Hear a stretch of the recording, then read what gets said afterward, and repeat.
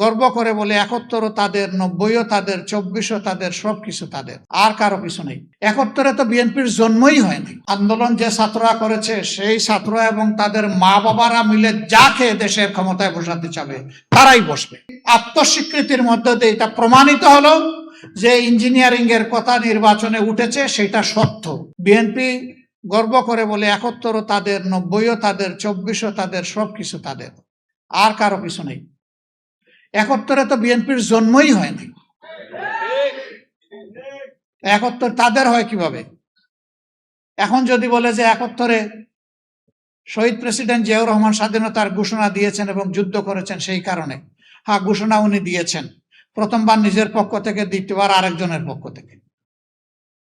আর যুদ্ধ উনি করেছেন, আমরা অবশ্যই সম্মান করি।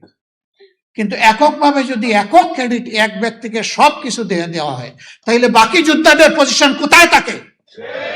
আবার সেই একদলীয় শাসন বাংলাদেশের জনগণের ঘাড়ে তারা চাপাতে চায়।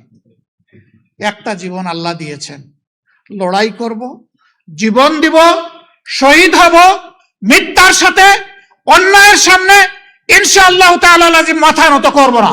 কি হবে? শেষ পর্যন্ত এক ভাই বলছে ফাঁসিতে ঝুলাবে, ঝুলাক, হাসতে হাসতে ফাঁসির তক্তার উপর দাঁড়াবো ইনশাআল্লাহ। এই জাদুঘরটাকে আল্লাহর রাস্তে আপনারা রাজনীতিকরণ করবেন না। প্রথমে এক যুক্তি দিল, শেষে গিয়ে খোলামেলা বলে ফেললো যে আমরা তো নির্বাচন করেছি দলীয় সরকার কায়েম করার জন্য। থলির বেড়াল বের হয়ে গেছে।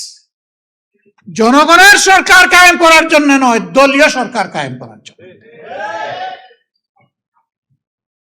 ভাই বোনেরা, আমরা সেই দুঃখ, ক্ষোভ, যন্ত্রণা, ব্যথা এবং ঘৃণা নিয়ে সেদিন ওয়াকআউট করেছি।